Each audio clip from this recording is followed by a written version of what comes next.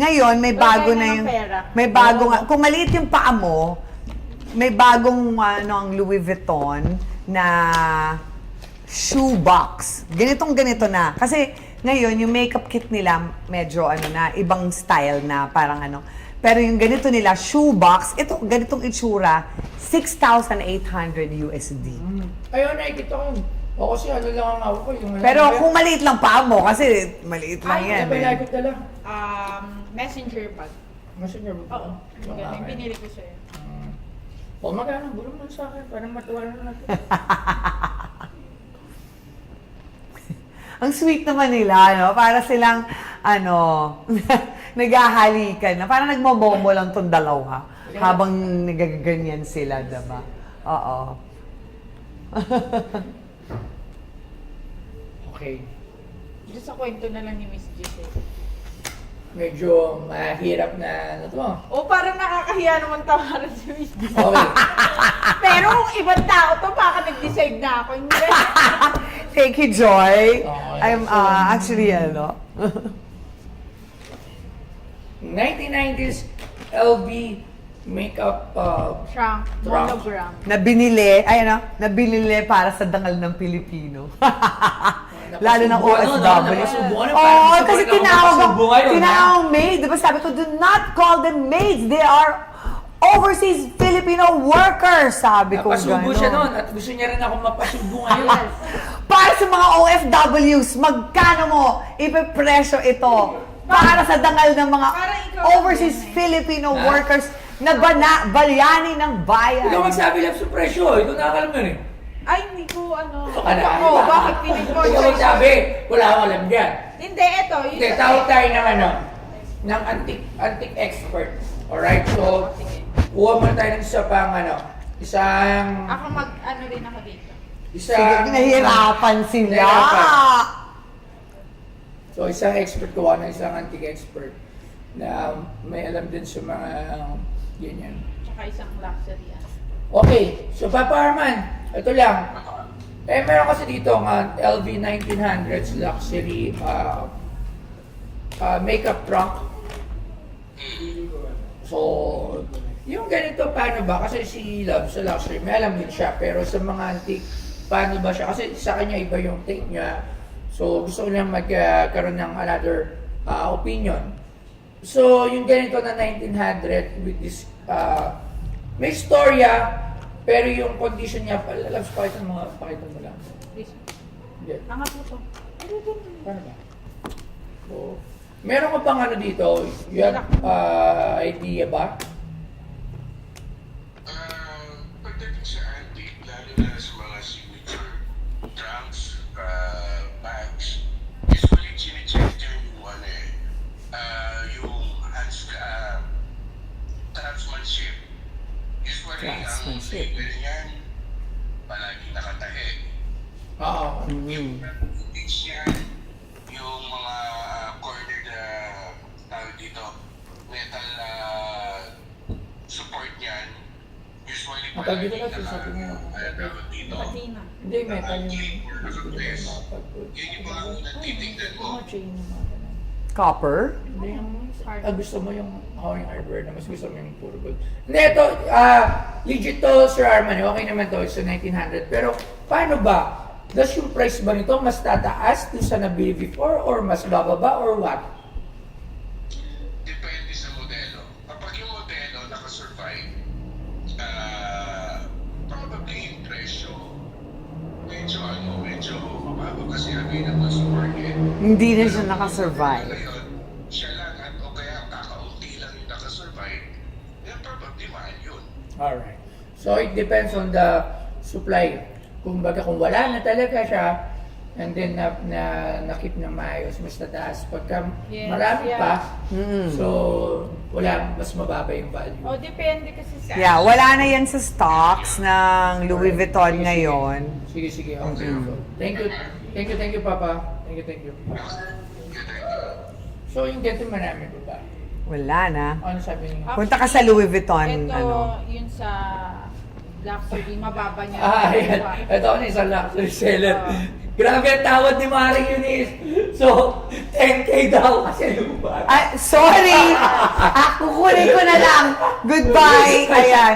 Eto. Pili ka nun din ng medyo take. Pero not 10K. Not 10K. Medyo Sabi niya ano sa akin, lang, sabi ko sa'yo, take 50K. Yes. Worth Oo. it. Okay, I'll just show you Ito ang shoebox ng Louis Vuitton ngayon. Ay, ang ganda, no? Yan, ganyan. Parang ganyan Yes, siya. yes, yes. It's $15,200 US dollars. no? Oo. And then, ayan. Punta kayo sa Louis Vuitton Louis Vuitton. Tapos, oo.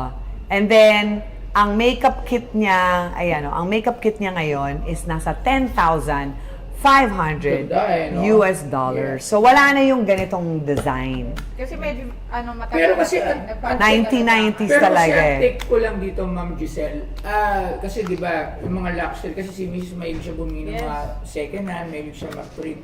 Mm-mm. Mas nakukuha yung mas luma ng mas mura. Pagka mas depende Pag rank. depende lang din pag sa nga yung rarity ng item. If rare yung item niya, mas mahal sa SRP. Pero pagka hindi rare yung item, parang general release lang something from LB, mas mababa nakukuha. Kung So, tatawaran nyo, mag-offer na lang ako ng ibang item. sige, ang tawad ni Kasi- Mrs. 550,000 daw eh. Hindi kaya. Oo. Parang may working kayo din. Gusto mo pala, si Ina. Si Ina ang maraming Actually, working Birkin. kasi talaga yun ang pumapalo ng pumapalo. Dahil mas ingatan. Lalo pag Oo. sinagatan. Kasi ito, Actually, okay naman po siya kaso halata pong na-use nyo. Tapos, pagka ni-rank po siya, parang rank AB na siya. oo. Ito, itsura. Kasi, medyo So, wait, parang doon na. gamit na. Pero kasi yung LB like sa Japan, ang dami kasi talaga. Oo. Na luma, ang daming Pero hand. walang ganito. Yun ang di lang natin Oo. alam. Pero sa online, madaming for sale, eh, no? Yes. Tsaka, dahil nga may kwento Yun to, nga. maano Siguro eh. ako sa may kwento, siguro pinaka sa akin na para meron din ako luxury na madi-display dito sa shop. Siguro I will go for as high as 70,000. That's it. No more. So, 70. Try muna natin tong iba, okay? Kasi, Actually, nga yung 50,000 ko, mataas na. hindi. Kasama na yung kwento. kasama na yung kwento. Hindi, pero ano mo? Pero kasi syempre ma'am, mas maganda na hindi, kung ganun din price, if not comfortable kayo nun, okay lang. Kasi Yes. ang daming kwento niyan, mas maganda din na Oo kumbaga may kwento talaga Yes, siya eh. oo. Parang Malay mo naman, makakwento ko rin. Yung ganyang klase dumating pagdating sa auction, baka malay Tsaka mo. nagagamit ko pa to eh. See, the thing is, pag may mga tapings or shootings, nagagamit ko pa rin siya. So parang sayang naman kung Yes, bibili mo kung lang with the ng price na 50 or Yes, wala 70. po problema. Tingnan natin yung 70, Sige mamaya po. pag-iusapan natin. Sige. Ito naman, ito is already a mix. Okay? So kasabay ko itong binili. Kaso lang, nung bumalik ako sa Louis Vuitton Paris naman to bumalik ako sa Louis Vuitton para ayusin nila tong mga lining na to. Sinabi nila ganito, napaka-posh talaga ng lugar na yun. Sinabi nila, you know where this belongs? Tapos kumuha siya ng wastebasket. Tapos sinabi niya, here. Tinapon? Ginanon. Oo, Nilagay sa wastebasket. Tapos sabi ko, eto na naman ako. Nag-init na naman yung ulo ko. Sabi ko, pick that up. Sabi ko, give that back to me. Sabi ko, I'm a customer here. I want this done. Sabi niya, I'm sorry, we cannot do. We cannot do it. We cannot do it. This belongs to the trash. Tapos sabi ko, okay. Dadalhin ko to sa Dr. Leather. Aayusin nila. Gumano na lang ako. Nagtagalog na ako. Aayusin. Siyempre, hindi ko na maano. Sabi ko, I will aayusin nila to. So yun nga. So this is a mix na. This is original. But this is already mixed. So, Dito. oo. Namamalat na kasi ito eh. Yung ganito, di ba? Parang ano ba? Ano ba tawag doon? Kasi Nagnanaknak. meron akong ganyan na duffel bag na luma doon. Oo. So ito, ano na siya, mix na siya. Mix na siya. Oo. Ang original na lang dito, ito. Alright. Pero ito lahat, mix na. So, kayo na magpresyo kasi hindi ko na ano. Labs, ikaw Mix yun. na yan eh. Actually po, pagka... Tsaka magagamit. Yes po.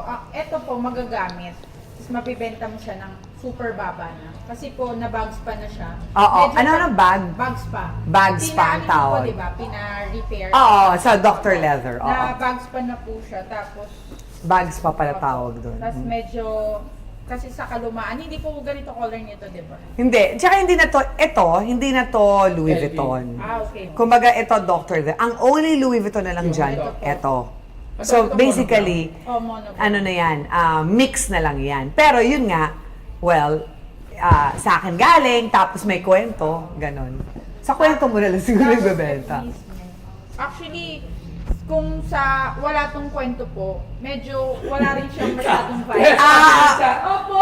Sorry Kaya po, sabi. Miss Giselle! Hindi ko kasi nga, ganun pala yun pag na-bags pa. Hindi po, actually, Actually, kasi yung medyo kahit yung gatong matagalan unit. na, opo. Sabi ko kasi yung mga... Sa bagay kasi in Japan, maraming ganito. Sobra. Ito pero wala-wala nga Ito in po, Japan. actually, pagka ganito, minsan pinipresyo lang sa online, it's around 10,000 to 15,000. Ganun po siya. Pero dahil, ang dami na pong repair. Oo. Di ba po, ang dami pong repair. Baka, gagamitin mo na lang siya as used po. Oo. Yung parang, Wala lang, shopping bag na lang. Pang bara-bara na lang. Oo. Yan. Mga tipong... Sorry po! So ano to, mga... Nagulat Wala. na. Masabi lang So ito, mga ano lang to. Mga 5,000 na lang to. Ano ma'am? So, since ito, useless, tatanggalin ko na to. Teka lang. 75. Last price. Ito.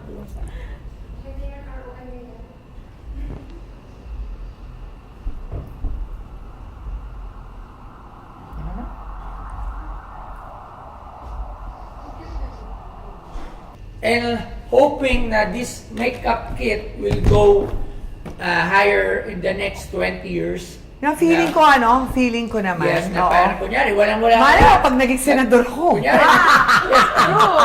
Uy, mukhang may plan, ha? Di ba? Hindi.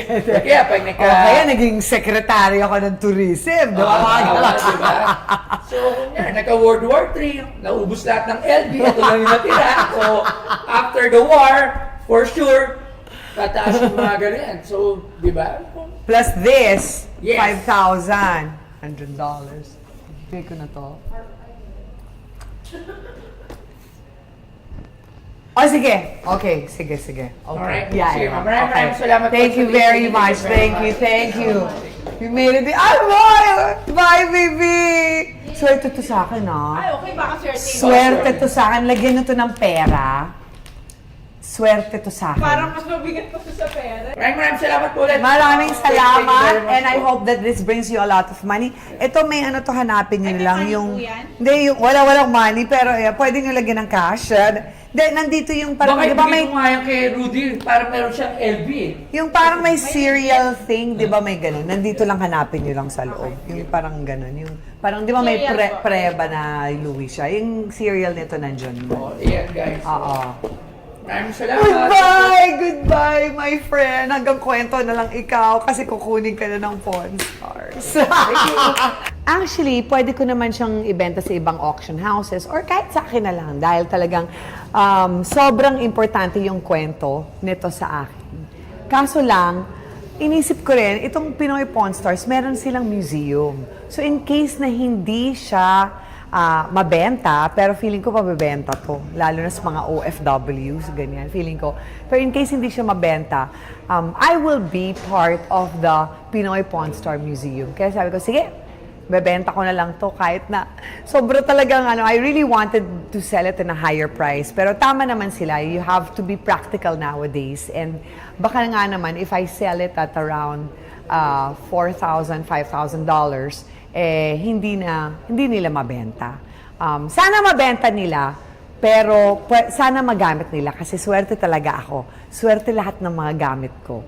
And I am telling you, Boss Toyo, I am telling you, Joy, na this will bring you a lot of money. Believe me. Anong